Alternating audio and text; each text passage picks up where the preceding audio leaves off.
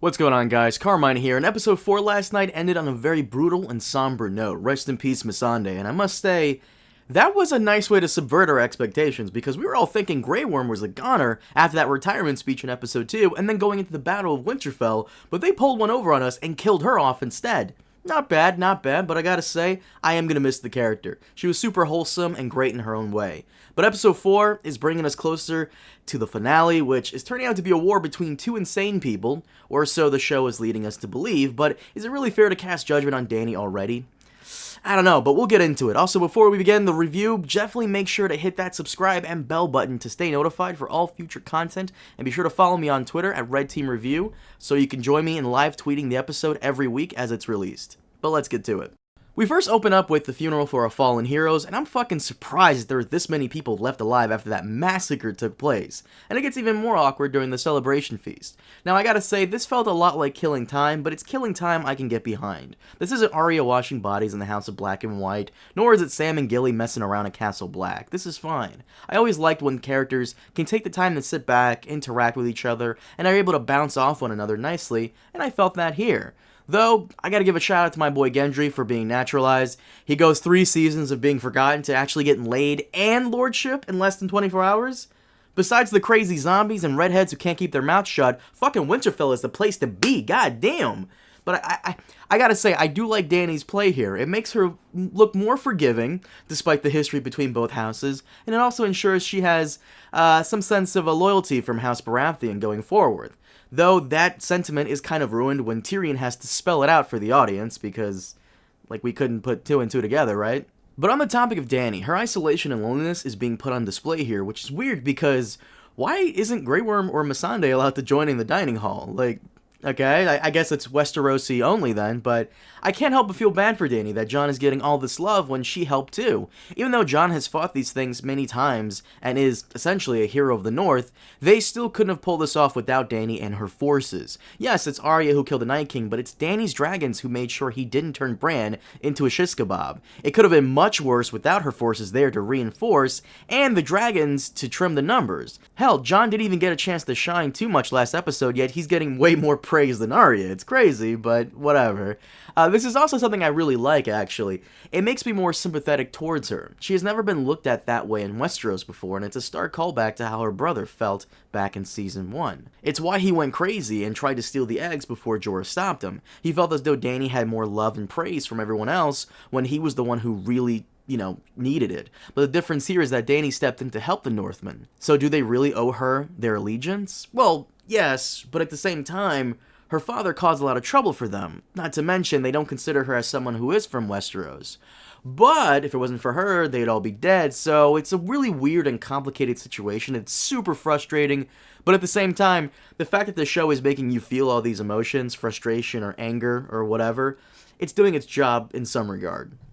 But throughout the feast, we did have some cool moments. Jaime and Brienne getting together was a little weird, but whatever, I'll take it. Arya and Gendry were oozing Lyanna and Robert vibes with a nice callback to what she said to Ned in Season 1 about not being that type of girl. And we even get a nice reunion between Sansa and the Hound, which is one of the last bits of reunion we needed, I guess. Hopefully there's not any more, 4 episodes in. Though the main scene I wanted to point out to here is the one between Jon and Dany, who gets... and their conversation on who gets the Iron Throne. Dany isn't just afraid of him taking it from her. He won't, and she knows that, but she also knows it won't matter since he has the charisma and country boy charm to get people behind him anyway. She's a foreigner to these people, and honestly, the Dothraki, fire-breathing lizards, and the army of guys with no dicks kind of turns people off, which is understandable. She wants to be given a chance, but Jon has an even better one of taking that chance from her before she can even step up and show everybody what she's got. Westeros has been the most complicated and frustrating place for Daenerys, and it would drive anybody, not just her, fucking insane just trying to navigate through it all. And I gotta say, though, the look she gives him when she goes, "Don't tell nobody," and he's like, "Alright, I won't." She gives him that look. Now, to the men watching this right now, you know that fucking look. You know that's the look your lady gives you when she means business. And then he goes and tells his family anyway. Jon Snow is a fucking douche. If episode 4 has taught us anything, it's that Jon is a douche. And I haven't even got to the main reason why he's such a douchebag in the first place. Actually, you know what? Let's get to it now. So he goes out and he tells Arya and Sansa with Bran there, because we need Bran there, I guess, for every scene now. Since the Night King is done, I don't know what Bran is doing anymore, so let's just have him in every scene. Why the fuck not? I love how he goes and he tells Sansa, Arya doesn't give a fuck, but Sansa, who's been through so much shit and is incredibly, like, just fucked up in the head and doesn't trust anybody from the South, right? Because let's be honest, not even from the South, from the North as well. Like, she doesn't trust anybody in a position of power. Not to mention, Sansa has also been giving Jon trouble. We saw this in the beginning of Season 7. And he knows that Sansa doesn't like Dany, and she has a problem with Dany. And he still tells her anyway. Bro, what are you doing? Why are you causing trouble and drama when there doesn't need to be any? And I understand, you know, Jon's a family man. He doesn't want to keep any secrets. I get it. I respect it. But at the same time, you need to keep the peace. And sometimes keeping the peace is keeping your mouth shut. That's something I've learned the fucking hard way. And you are a trouble star. This reminds me of like an episode, like I forget which sitcom. Well, they all do it. It's right. It's like almost a sitcom at this point, because he doesn't have to say anything, but he's gonna say it because, you know, we need to wrap this up in 30 minutes, and there needs to be a conflict and resolution within 30 minutes, and the audience going "aww" and clapping at the end. I'm like, you don't need to say anything. And of course, he says something, and it causes so much shit. And what the funny thing is, he's not even a douchebag for doing that. No. So here's another stupid asshole, Tormund. His entire people's existence has been focused on getting beyond the wall to a better place down south, which is technically the north, but whatever. And I get it. Most of it is because the White Walkers. I get it. I understand. But at the same time, though, wasn't Mance Rayder's whole... I gotta go back and watch those scenes. Wasn't Mance Rayder's whole thing is that he wants to save his people, and that they have a hard life up there, and that they want to make a better life for themselves and just get behind the wall in general? Like, wasn't that the whole thing? Jon was gonna give them, like, the gift. Remember that episode? There's an entire episode called The Gift, where I guess there were two gifts. The stretch of land that Jon could have given the Wildlings, and Tyrion to Dany, which that really hasn't been a gift if you think about it. But no, Tormund is a stupid asshole. He wants to take his people back to the north, to that frozen wasteland, the awfulness of it. I understand you people may like the cold, but the north is still cold. Not as cold, but it's something that, you know, doesn't kill you in your sleep if it gets... What? That doesn't make any sense. What a dumbass. Not to mention, so here's where Jon's an asshole twice in the same fucking scene, right? He can offer Tormund one of the 4 empty castles that nobody's fucking in anymore, and just make Tormund a lord of the north, because why not? I mean, Tormund has sacrificed a lot for the north and fighting Jon's wars. The least a brother could do is give a motherfucker a fucking castle. Like, I'm sorry I'm cursing too much, I'm sorry, but this really grinds my gears. It really makes me mad. So, let me get this straight. I fight for you, and I get nothing but a pat on the back, a high five, and a dog with one ear. Which, by the way, goddamn, I hate when they show... I hate what he did. See, this is where he's a douchebag again. Not only does he not give Tormund some sort of reward for his loyalty, friendship, and battle prowess, because that guy's a tank. Did you watch the last episode? Holy shit, Tormund is a tank. He also does Ghost dirty by telling the guy to take him with... What? Take Ghost with you? Bro, what are you doing? That's your wolf? Oh my god. Oh my god. Wow, what a dick. Jon Snow is the biggest douchebag on the show. Like, you think Cersei or Euron's a douchebag. Well, yeah, but at least they own up to it. Jon, on the other hand, wow, just fucking wow, bro. Holy shit. I just can't even believe you did that. You just did that. And poor Ghost, I gotta say, I hate seeing animals, like, you know, hurt like that. Even if they're CGI animals, it always just... Like, I don't care watching people die. Like, fuck it, whatever. But animals, like, come on, that's like... What are you doing? Jon Snow is a dick. He really is. Tyrion and Varys this episode were interesting, and so was the latter's flip-flopping. Once again, Dany has every reason to be seeing daggers and hearing whispers all around her because they technically are whispering all around her. The weird thing is, I can tell the show is trying to make Dany seem very crazy, and there have been bits and pieces here and there to make her look that way, but they haven't been consistent with it throughout the seasons. It's sprinkled here and there. Now, they're trying to do it so quickly that it doesn't look coherent. It doesn't feel, like, straight, you know what I'm saying? In the books, there are signs here and there of her madness. Scenes that could have been added to the show, but they didn't, and now it just seems a little unfair for the character. Not to mention, it's also bullshit that the writing here is going in this direction to make her seem that way, when in reality, it almost seems like Tyrion is the true insane person. He had Dany hold off from attacking King's Landing the moment she landed, and, as we learned in this episode, it could have won the war right then and there, since holding the throne means you're the ruler, no matter what, apparently. The reason for not doing so is that everybody would burn. So we just let everybody starve instead? I don't know, man. Like, that's still pretty bad, but I guess burning is faster death than slow death. When you think about it, it really comes down to brutal tradition. Tywin and Cersei did it, Stannis tried to do it. King's Landing is the ultimate target for anybody trying to rule, and if you don't go for the heart of it all immediately, then you've already lost. Olenna even told her last season, and Missandei repeats it now. Be the dragon. People will die, but you'll save many more if the conflict is prolonged. More than half of the country appears to be on her side, or was, and she wasted it by listening to Tyrion, who was trying desperately to save his siblings, and he kind of admitted it, and she kind of called him out on it.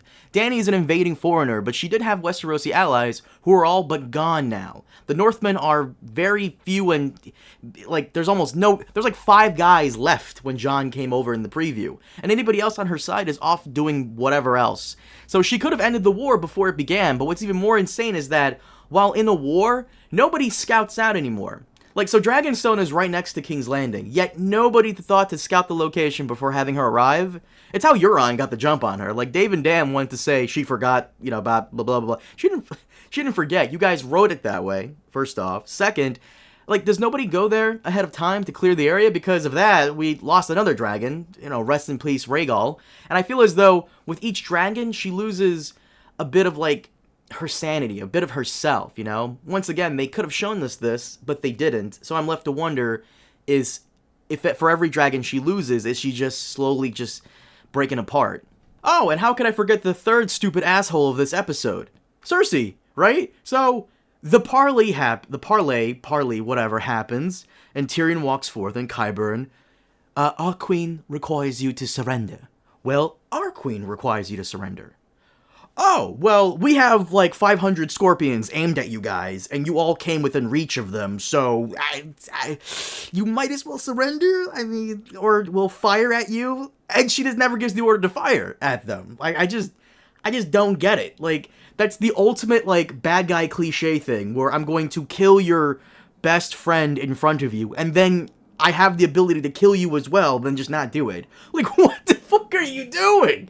What are you doing? Like, Cersei was smart this episode by having Euron wait near Dragonstone to ambush Dany. Great. That's actually something Preston said on the podcast back season 7, episode 1. Why not just have someone hide behind a rock and just, like, shoot Dany with a crossbow in the shoulder or something? Like, you could easily do it. She was the first one to step off the boat, and, like, she didn't have anybody scout out the entire place beforehand. But here, she's just not giving the order to fire because there's, like, so many scorpions trained on him, and all you have to do is really train, like, all your scorpions on Drogon, kill him, reload real quick, and then fire on Dany and her retinue, and just, there you go. Because her army is depleted, they're right, they're exhausted, and the only effective thing they have against Cersei right now is the dragon, if that's even going to do anything now that the ballistas are a thing, the scorpions. So she could have ended the whole thing right there, but we still have 2 more episodes left, so she couldn't. And, see, normally I'm paid by HBO to defend the show, but this is really hard to defend. HBO, I need more money. Come on, guys. Just step it up. Step up those checks, my dude. And before we wrap up the video, let's just go over a couple of scenes that I didn't get to, that I just thought were pretty great all around. The Bronn stuff. Once again, Bronn has never disappointed me, ever, in any time the show has been in existence. All seasons, the entire series, Bronn has been perfect. And I love the scene where he comes in with the crossbow and they're trying to trade castles back and forth. Your sister promised me River Run. What's better than that? Highgarden. Got him. I love that stuff. I love stuff like that. Bronn was fantastic this episode. I loved him. This episode gets a 10 out of 10 simply because this is probably the last appearance of Gilly. And for those of you who've been with me for a long period of time, you know I love that. I was jerking off the entire episode when that scene was going down, when Jon was saying goodbye to Gilly. Good fucking riddance, go away, never come back, thank you and goodbye. Arya and the Hound. I always thought them traveling together in Season 4 was a bit boring. I just outgrew it really quickly, but I'm glad to see these two back together. It's the duo that I didn't know I wanted, but I'm glad it's a thing now. And last thing I wanted to touch on was Jaime and Brienne. Was Jaime trying to make it seem like he was going back to Cersei to, like, be with Cersei? Because that's not the vibe I got. The vibe I got is that Jaime's going back there to kill her. Was the show really trying hard to make it seem like he was flip-flopping on his allegiances? Because I didn't get that vibe. I just, like, he's going back to, like, kill her. Because I saw the scene, like, 3 times. He made it sound like he was just going to go back to Cersei because that's what he always does. But no, I know you're going to go kill her. Like, you're not clever. I know what you're doing. I know what you're doing, so, yeah.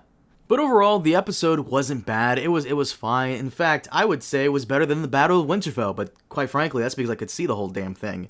But I do feel like they're aiming for an endgame where it's like 2 insane people versus each other, but I feel like the real insane people are us now, because the show is definitely gaslighting us and just making weird choices that's just driving me up a fucking wall. But overall, I did enjoy the episode nonetheless. I think it was better than the Battle of Winterfell, and quite frankly, I really am hyped for the last 2 episodes. I mean, it can only go, I want to say it can only go up from here, but I don't know if that's the case. We'll have to see how they really wrap this up, because I really do hope they stop making these bad and weird decisions to make characters dumb, to make other characters smart.